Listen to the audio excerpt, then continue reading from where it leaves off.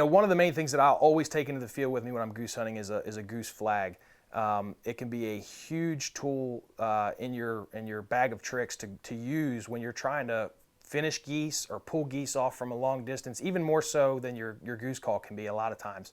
If geese are way off in the distance, blowing loud, extremely long, drawn out hail calls just to kind of get their attention, along with somebody or multiple people flapping that flag to give that impression of geese over here landing in this field, tends to help draw geese from a long distance, at least to give you a look, to where you can actually start to work them. Once you get the geese in, your flag isn't done really, but you have to use it much differently. One of the problems I hear from people all the time is, they flag too much, I think, and they don't realize, eventually the goose is going to realize that, hey, that's a guy flapping that flag and not a goose that's landing in the field. So the best way to flag geese is when they're working your spread and they're circling, you want to get them, wingtips and tail feathers. So when you see them off in the distance and they're working around your spread, not when they're looking right at you, just have somebody off the corner of your blind, whether you're in layouts or in a pit, just with that flag, real easy, 1, 2, 3, and then back down and hide it.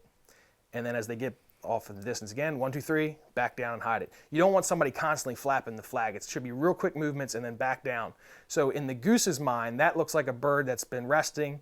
It stands up, you see all the time in a field, a goose stands up, flaps its wing and stretch, and then goes back to resting. That's what you kind of want to mimic when the geese are working your spread in close. When they're way off in a distance, you can flap the thing all you want and make as much movement as you need to make. But as they're working in close, just give them just enough to keep their interest, but not to the point where you're giving up your location or where you're hiding.